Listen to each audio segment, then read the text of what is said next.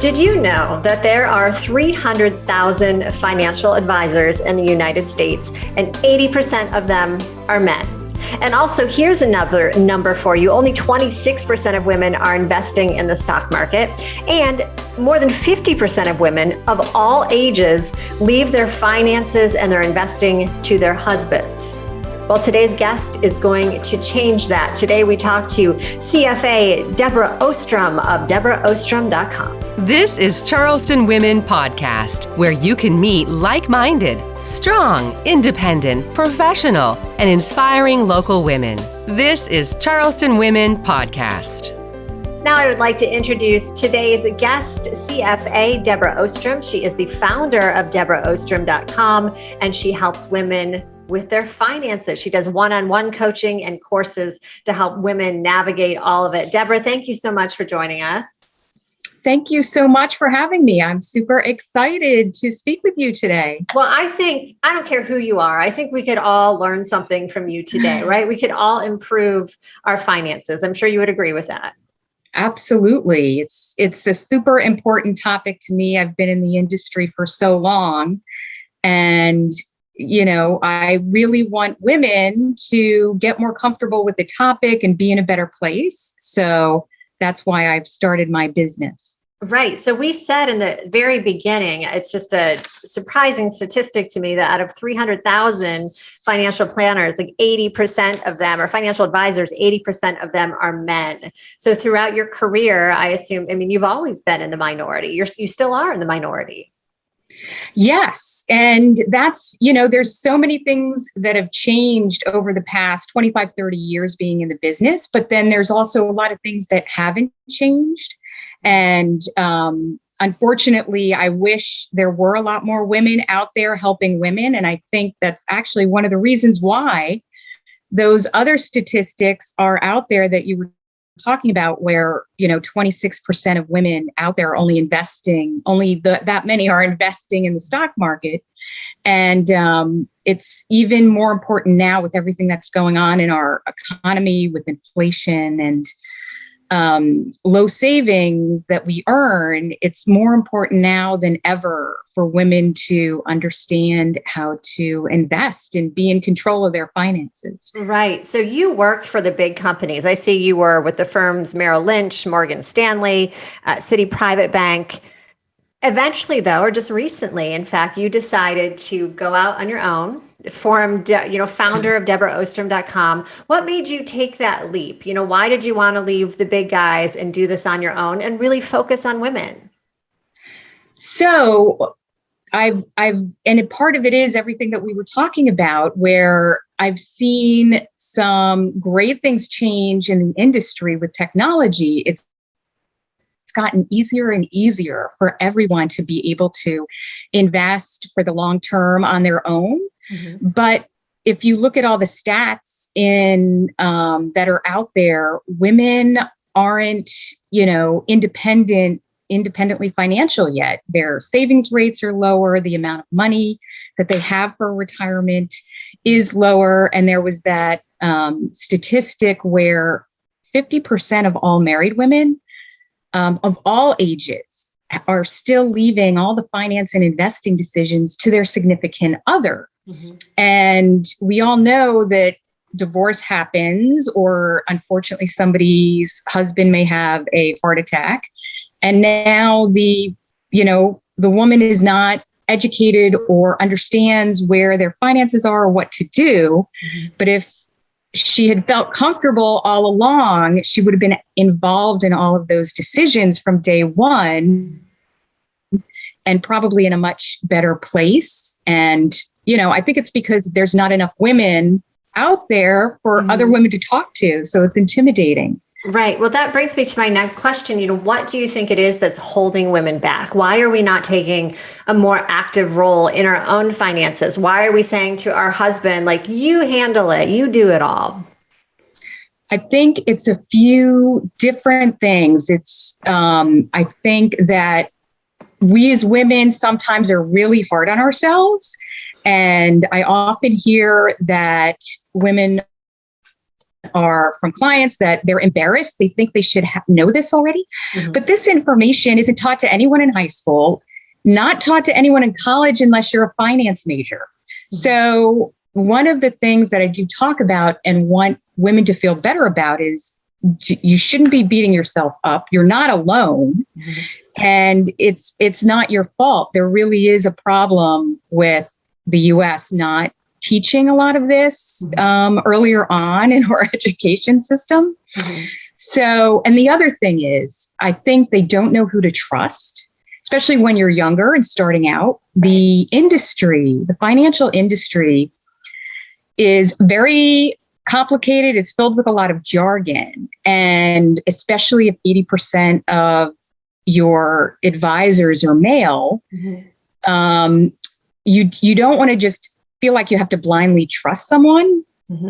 So one of the things that I've actually just built is a free guide that helps women, but everyone, really decode the financial advice industry.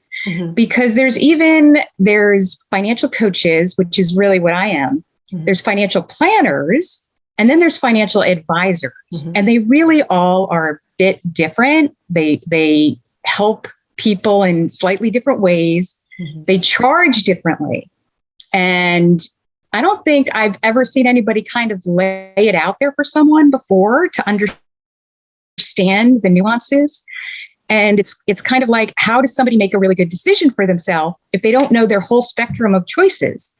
So I'm really trying to help women kind of, decode the industry so that in the end, they make better decisions for themselves in their life and, get to the place they deserve to be.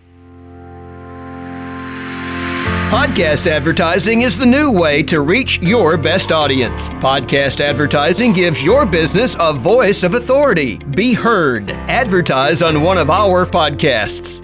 Visit carolinapodcasts.com or call 843-345-7012. You're listening to the Charleston Women Podcast. Where do we go for that? Because as you're saying that, I'm like, gosh, I mean, I use somebody, but I don't even know. It's like, true. The charging structure. So where do we go? There are a lot of us that need that free guide. Is that available on your website?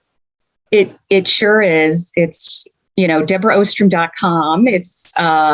It's right on there. I have that free guide. I have another free guide for new parents. If they want to check. For people that are just listening to the podcast, Debra, I'm going to spell it for them. It's DebraOhstrom. So OHSTROM.com. And I'm sure if they just Google you too, they can find it. Yes. So your different tiers of how you work with people. Because I get that. As I like how you said, as a woman, we beat ourselves up. It's embarrassing. I can see that coming to you and saying, like, I don't know everything, or my husband handled it all and I'm now divorced and I just feel blind.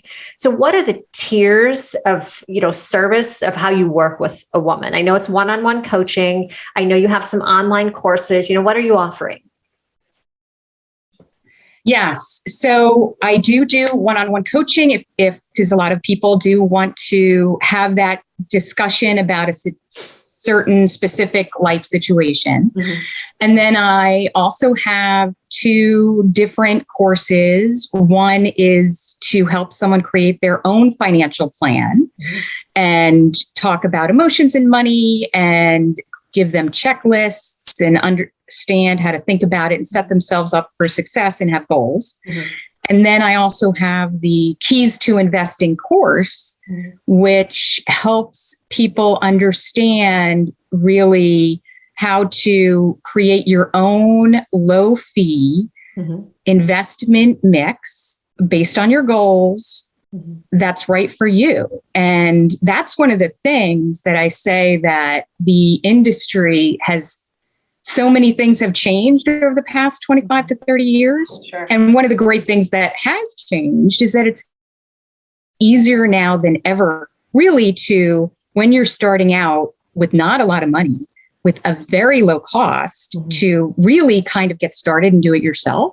And then the whole point is, for financial advisors who do manage people's money and charge fees for that, does make sense. Financial advisors are great, and it makes sense when you have a certain amount of wealth already accumulated. And life gets more complicated. But if there's nobody there to help the younger woman get started in a low cost way, how are we going to get them to the place in their 40s and 50s where they've accumulated that nice retirement savings, and then life gets complicated and a financial advisor makes sense? Right. So I'm really trying to fill the need, for people that are just starting out, and in a very low cost and efficient way. Right. That's wonderful. So helping them, educating them from the beginning so they're empowered early on as they move through life. On the flip side, what would you say to someone who's starting later, or, had at a life event that they're starting over? Is it ever too late to start investing? Is it ever too late to say, like, I don't know what I'm doing, I need to get a hold on my finances? Right. And obviously it's never too late. And I think people might not, a lot of investing is about perspective and understanding that we're all living until we're 85 and 90 years old. Right. So if you're 50, you've got another 30 years, at least 40 with modern technology, it could be a really long time. So you're always going to need your money to grow for you. And really what I talk about in the course is just understanding your goals, your risk appetite, and your time horizon. So, and that's how you build your mix that's right for you. And so for somebody in their 50s and older, you might have a different mix of funds. And you can use the same 5 index exchange traded funds or mutual funds as somebody in their 20s would use. You just use them in a different percentage. Right. What's the first step a woman should take if they listen to this podcast right now and she's like, you know what, I'm going to change something tomorrow. I am starting to make the change tomorrow. What would step 1 be? It really does start like so many other things in life. You need a plan, you need to assess where you're at, and you have to figure out what your goals are.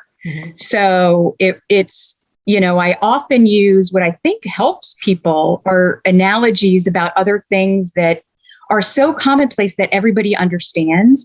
And so in one of my courses, I talk about how, building your investment mix isn't very different than building a healthy meal plan for somebody by a nutritionist. Because you have to figure out, you have to assess your current fitness situation, your health situation. And then it's like, okay, well, what are your goals? Do you want to lose weight? Do you want more energy? What, are you getting out of this new fitness plan? And so investing it's often the same way. You need to assess, do you have a budget? Are you saving? Do you have an emergency savings account? And then, what is your age and your ability to handle risk? And then, okay, what are the most important goals for you? And then from there, you can go to building that investment mix. Right. So it is kind of similar to me as, creating that meal plan where somebody has calories and a calorie allotment. And then you divide it up. Exactly. Yeah. So you divide it up into proteins, carbs, and fats. Yeah. But for investing, you're dividing it up into cash, bonds, and stocks. Right. I love this little snippet of you because you make it so relatable and understandable. So I'm sure your course is fantastic that you speak in language that, we understand, those of us who don't have backgrounds in finance, which is huge. You have a special workshop coming up that I really want to get in here. It's free. It's February 23rd at the Charleston Chamber offices, kicking off at 8:30. Tell me a little bit more about, what you'll cover and the details in this. Yes. So I'm super excited. And I think, morning time is very convenient for a lot of women out there if they're on their way to work. And we're going to, and it's going to be a lot of the things that we're kind of talking about here, but, going through where do women sit today in financial wellness. And I think that's helpful because then other women can understand I'm not alone and it's not just me. And I am going to break down the differences of how you decode financial advice and who you might go to depending on what it is that you're looking for, whether it is an advisor or a coach or a planner. And then I even go into, there's actually different types of financial advisors, and I don't think that's well understood either. And it depends on, a financial advisor can work for a lot of different companies. They can work for banks, insurance companies, they can have their own wealth management firm, they can work for a brokerage company. And so that even makes a difference. You have to understand all these nuances because their fees could very well be different based on that. And, I do kind of have certain, I guess, biases against certain insurance investment products that I'm not a big fan of because they have a lot of high fees and aren't always sold to the most appropriate people. And that's not talked about enough because I think within the industry, nobody wants to insult anyone else. Right. I was going to ask you just to tell me who, but just give me a dish, Debra. Who is it?